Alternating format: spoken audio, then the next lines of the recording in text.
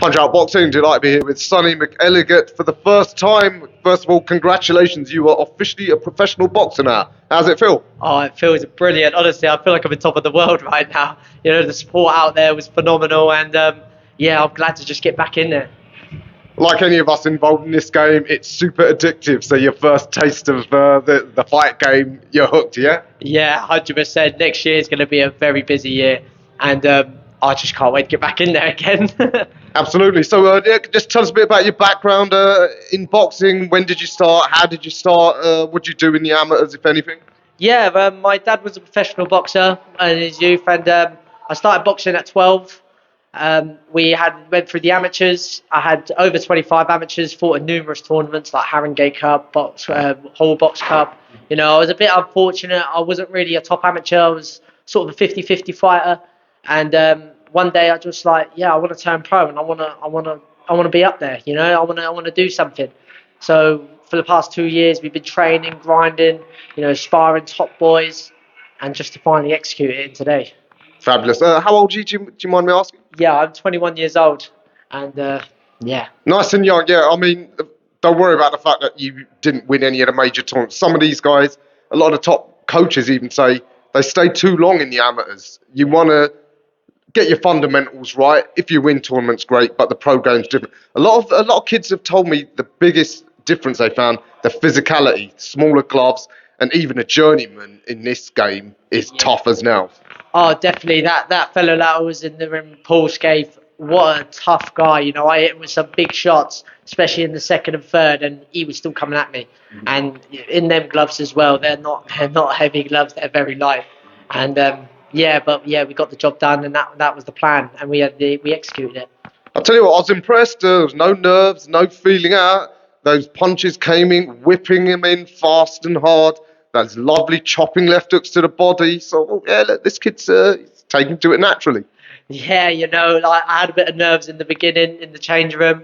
Once I come out, I heard the crowd. I got in the ring, and I thought, yeah, I belong here. You know, this is my job. You know, and once that bell come in, you know, I was excited. I was happy to be in there.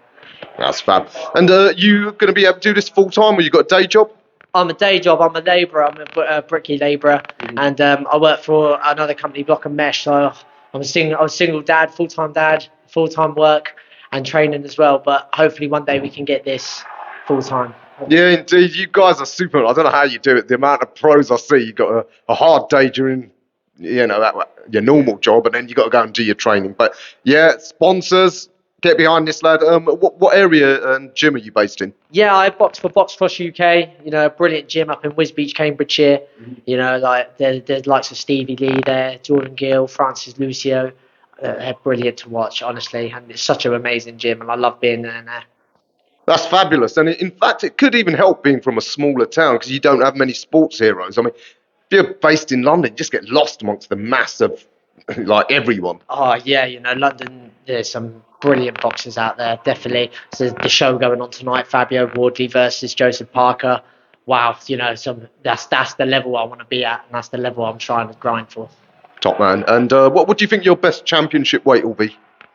I'd like to get down to lightweight, 61.5 kilo. I feel like I'd be a big, strong lad at that weight. Like this was at super lightweight. I was thinking about staying here for a while, but I'd like to test the waters. You know, go lower. I feel like I can, you know, do something in that weight class. Yeah. Well, obviously, these first few learning fights you have, you can experiment with a weight and see how you feel and all of that. Do you think you'll get out before the end of the year? We'll have to see. Just because of Christmas along the way, you know, it's a lot of money for people to come down and train it. But definitely next year we're having about 6 fights. Like we're having a big year next year, and everyone to jump on board would be brilliant. I can't wait to see it. Tell me one dream you've got in boxing. Just to fight the best. That's all I want. You know, I want to be up there to fight the best and put my name out. I don't want to be a builder for the rest of my life. You know, I think that's probably the worst nightmare is to sit around the pub at 40 years old thinking I ain't done nothing. At least I'm trying to be something here. Absolutely, hell you are. And tell me, one favourite fighter and heroes in the sport. Oh, that's a hard one. There's a lot of hell fighters out there. Honestly, my favourite fighter was Duran. I thought he was a tough man, you know. Just had that fight in him, you know what I mean?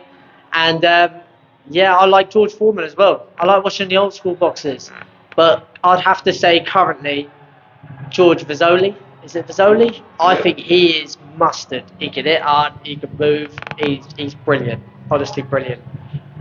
And if you are going to get down to lightweight, around the same weight class as him, who knows? One day. Maybe one day, yeah. But at the moment, I'm going to enjoy watching him. He's brilliant. Honestly. Absolutely is. All right. Well, it was an absolute pleasure being here for your debut. Good luck in your career, and I'll see you at the next one. That's fine. Thank you.